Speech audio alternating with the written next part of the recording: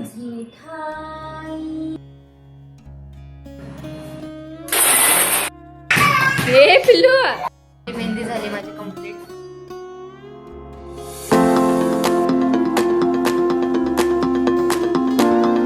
मी माधुरी आणि दररोजप्रमाणे आजचीही सकाळ माझी छान अशी देवासमोर बसूनच झालेली आहे. कारण मी आज इथे देवघर साफ करायला घेतलं होतं. आज होती अंगारिका चतुर्थी आणि त्यातल्या त्यात माझं देवघरही साफ करायचं राहिलं होतं. कारण खूप दिवसापासून पेंडिंग होतं. म्हटलं आज करून टाकू. आज जर नाही केलं तर मग मागेच राहून जाईल. मग त्यासाठी आज देवघर साफ करूनच सुरुवात केली. बाबा करते कुत्तू. कशा करते कुत्तू. कुत्तू कशा करते. कुत्तू भाभा करते म्हणा. अंकू दीदी काय कॉलेजला चालले का. शाईशाला पण नाही सोबत. फुटलं ना. असू दे तसंच काढा मग. हा निघालं ना.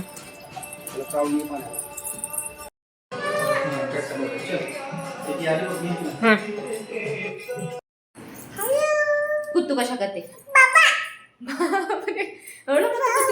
बाबा तर बाबा काम झालंय. ह्यांनी पण गेले सकाळी लवकर आज आणि म्हटले तुझ्या काही गडबडीत आज राहू दे. नाश्ताच करून गेले ते पण. मग मी सकाळी पटकन पूजा वगैरे करून घेतली. रांगोळी वगैरे कारण साईशा जर उठली ना माझी मला रांगोळी काढू देत नाही काहीच करू देत नाही. सो आता त्यासाठी पटकन उठून सकाळची पूजा केली. संध्याकाळी गणपतीची पूजा असणार आहे आणि स्वयंपाक सुद्धा मला बनवावा लागणार आहे. आणि 21 मोदक म्हणजे कसं असतं कोणी कोणी 11 दाखवतं कोणी 21 दाखवतं. पण शक्यतो आपण मोठी अंगारिकाला 21च दाखवतो. मग मोदक सुद्धा बनवायचे. आता बघू प्लॅन चाललाय की तांदळाचे मोदक बनवायचा कारण ह्यांना खूप जास्त आवडतात ते. सो म्हणत होते की बनव पण आता मी म्हटलं प्लॅन तर बनवते पण एक्झिक्यूट झाला पाहिजे तो प्लॅन. मग सो आता काही नाही. आता तिला आंघोळ घालून घेते आणि फटाफट बाकीचे कामं करते आणि दिवसभरात जे होईल ना ते तुमच्यासोबत शेअर करते.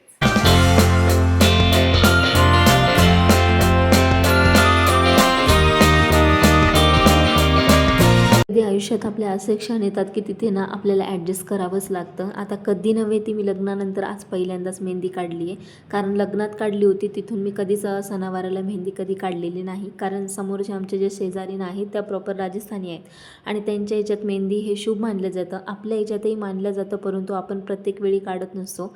तर आज ट्राय मारूनच बघितलं. कशी वाटते मला नक्की सांगा मेहंदी बरं का. हा आजा तू बी आजा. हा हाय कर हाय कर हाय बघा. हॅलो. हे आता हिचं कसं आहे माहितीये का की मम्मा मी तुला मेहंदी काढणार.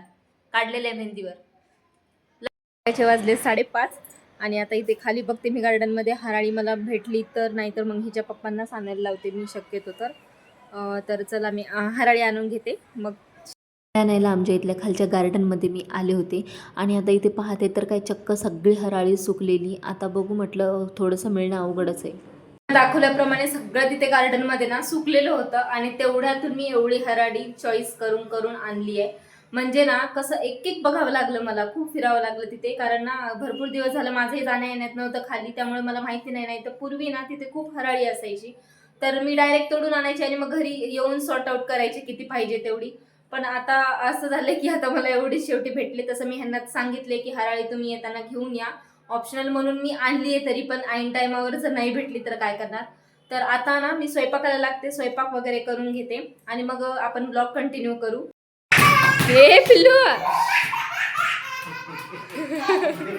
किती हसायले. झालाय माझा स्वयंपाकामध्ये मी केली आहे मेथी मूग डाळ टाकून भाजी चपाती हे वरण आहे सिंपल असं आणि भात. आता राहिलेत माझे मोदक करायचे. स्वयंपाक झालाय मोदक राहिलेत आणि मोदक आता सकाळी यांच्याकडून नारळ फोडून घेतलं होतं. स्टफिंग ह्याचीच करावी म्हटलं. आता हे मिक्सर मध्येच बारीक करून घेते त्यासोबत गूळ टाकते थोडासा.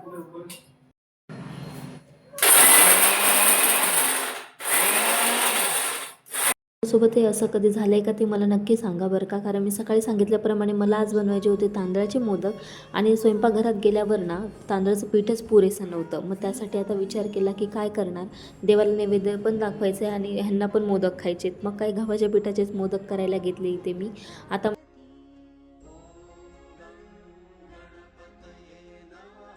स्वयंपाक तर झाला, पण वाजले होते 9 आणि नंतर आता होत होती पूजेची वेळ. मग त्यासाठी सिंपल अशी साधी साडी नेसून मी तयार झाली, जास्त काही केलं नाही आणि पूजेची तयारी करायला घेतली. खरं तर आज ना माझ्या सासूबाईंची मला खूप जास्त आठवण आली, कारण ना वाती वगैरे करून देणं हे सगळं अरेंजमेंट ना त्यांनीच खूप करून देतात. मला त्यांची खूप जास्त हेल्प होते. माझी भक्ती विरुठावी गणपती तुझे ठाई ज्यांची प्रीती.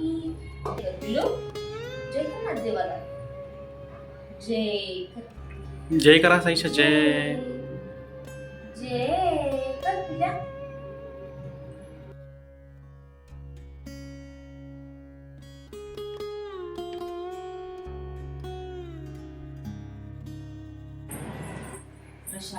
जय कर ना, पेर पड.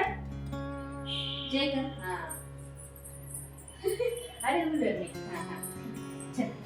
आता पूजा झाली आणि मी चेंज करून घेतलं. हे गेले ते मीटिंगला, आता ते आलेत आणि 10:30 पावणे 11 होत आहेत. सो आता आमचं अजून जेवण वगैरे राहिले. जेवण वगैरे करून उपवास सोडते आता मी.